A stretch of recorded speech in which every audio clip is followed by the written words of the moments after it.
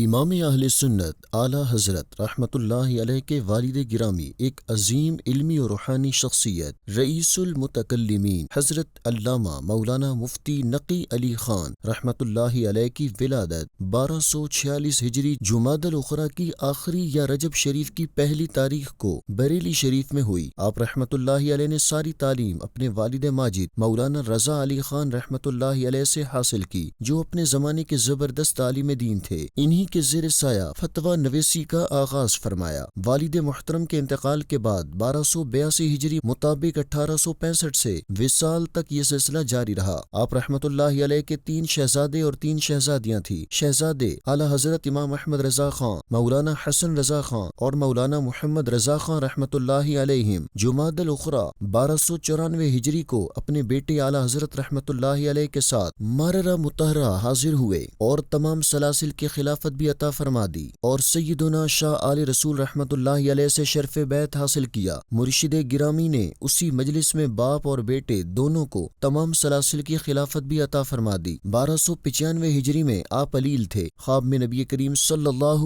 علیہ وآلہ وصحبہ وسلم کی زیارت سے مشرف ہوئے تو سفر حج کا ارادہ فرمایا۔ بعض احباب نے بیماری کی وجہ سے اگلے سال حاضری کا مشورہ دیا تو ارشاد فرمایا، مدینہ طیبہ کے قصد سے قدم دروازے سے باہر رکھوں گا، پھر چاہے روح اسی وقت پرواز کر جائے۔ اس سفر میں اعلیٰ حضرت بھی ہمراہ تھے۔ وہاں کئی علماء سے ملاقاتیں رہی اور ان سے سند حدیث حاصل فرمائی۔ آپ رحمۃ اللہ علیہ نے سیرت، عقائد، اعمال اور تصوف وغیرہ کے موضوعات پر شاندار کتب تحریر فرمائی۔ 29 ذی قعدہ 1297 ہجری مطابق 1880 بروز جمعرات 51 برس 5 ماہ کی عمر میں وصال فرمایا اور والد محترم کے پہلو میں دفن ہوئے۔ اعلیٰ حضرت رحمۃ اللہ علیہ فرماتے ہیں کہ آخری کلمہ جو نکلا لفظ اللہ تھا، اور آخری تحریر جو آپ نے لکھی وہ بسم اللہ الرحمن الرحیم تھی۔ اللہ پاک کی ان پر رحمت ہو اور ان کے صدقے ہماری بے حساب مغفرت ہو۔